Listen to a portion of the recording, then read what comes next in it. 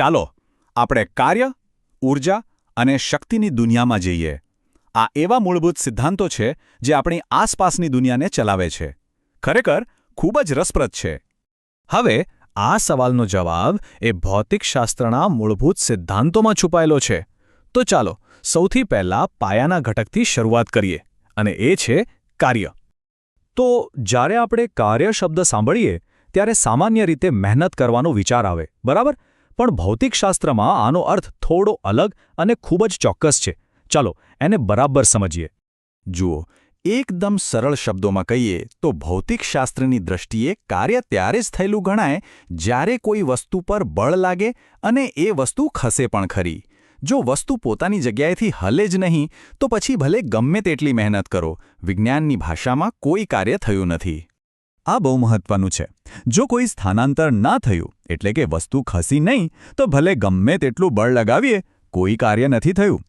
વિચારો, કોઈ આખો દિવસ એક મોટી દિવાલને ધક્કો મારે, ખૂબ તાકાત વાપરી, પણ દિવાલ તો ખસી નહીં, તો ભૌતિકશાસ્ત્ર કહેશે કે કોઈ કાર્ય થયું જ નથી.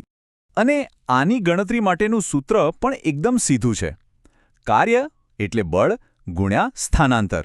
બસ. અને હા, આને માપવા માટેનું જે એકમ છે એને જૂલ કહેવાય છે. ઓકે, તો આપણે કાર્ય વિશે તો સમજ્યા. કાર્ય એટલે ક્રિયા. પણ આ ક્રિયા કરવા માટે જે બળતણ જોઈએ એ શું છે? બસ એ જ છે ઊર્જા. એમ સમજો કે ઊર્જા એક પ્રકારનું ચલણ છે, જેનાથી આપણે કાર્ય ખરીદી શકીએ. કોઈ પણ કામ કરવું હોય તો ઊર્જા તો જોઈએ જ. અને મજાની વાત એ છે કે ઊર્જા આપણી ચારે બાજુ છે, અલગ અલગ રૂપોમાં.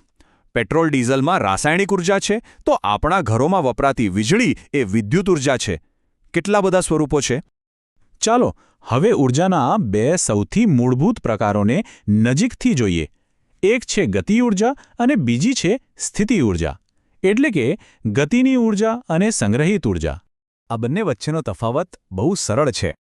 ગતિ ઊર્જા એટલે કોઈ વસ્તુ જ્યારે ગતિમાં હોય ત્યારે તેની ઊર્જા, અને સ્થિતિ ઊર્જા એટલે કોઈ વસ્તુની સ્થિતિને કારણે તેમાં સંગ્રહાયેલી ઊર્જા, જેમાં ભવિષ્યમાં ગતિ કરવાની ક્ષમતા છુપાયેલી હોય છે. આને સમજવા માટે એક સરસ ઉદાહરણ લઈએ. ખેંચેલું ધનુષ. એની જે દોરી ખેંચાયેલી છે ને, એમાં જબરદસ્ત સ્થિતિ ઊર્જા સંગ્રહાયેલી હોય છે.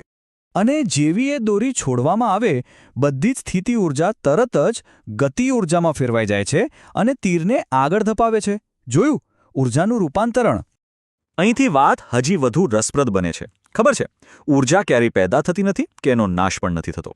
એ તો બસ એક નિયમને અનુસરે છે.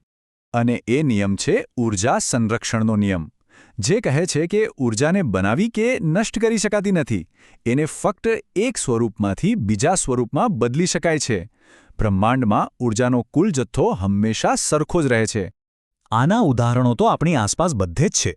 સોલાર પેનલ સૂર્યની ઊર્જાને વીજળીમાં ફેરવે છે. પંખો વીજળીને પવનમાં ફેરવે છે. જુઓ, ઊર્જા સતત પોતાનો સ્વરૂપ બદલી રહી છે અને આપણી દુનિયાને ચલાવી રહી છે. સારું, તો આપણે કાર્ય એટલે કે ક્રિયા વિશે જાણ્યું અને ઊર્જા એટલે કે એ ક્રિયા માટેના બળતણ વિશે પણ જાણ્યું. પણ હજી એક મહત્વની કડી ખૂટે છે. ચાલો એ પણ જોઈએ. અને એ કડી છે શક્તિ.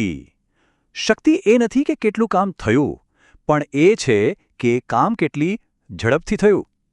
સમય અહીં મુખ્ય છે. એક ઉદાહરણ લઈએ. બે લોકો સરખું જ બોક્સ ખસેડે છે, એટલે કે કાર્ય તો સરખું જ થયું. પણ એક જણ એ કામ 5 સેકન્ડમાં કરે છે અને બીજો 10 સેકન્ડમાં.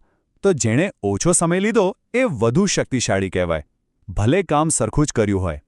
શક્તિને માપવાનો એકમ વોટ છે. અને એક મજેદાર વાત કહું, 1 હોર્સ પાવર એટલે કે ઘોડાની તાકાત એ લગભગ 746 વોટ બરાબર થાય છે. તો હવે આપણે કાર્ય, ઊર્જા અને શક્તિ આ ત્રણેય મૂળભૂત ઘટકોને સમજી ગયા છીએ. હવે જ્યારે આસપાસ નજર કરશો, પછી એ સ્ક્રીનનો પ્રકાશ હોય કે ચાલતી ગાડી, સૌથી પહેલાં કયું ઊર્જા રૂપાંતરણ ધ્યાનમાં આવશે? આ બધા ખ્યાલો આપણી આજુબાજુ જ છે. બસ હવે એને ઓળખવાની જરૂર છે.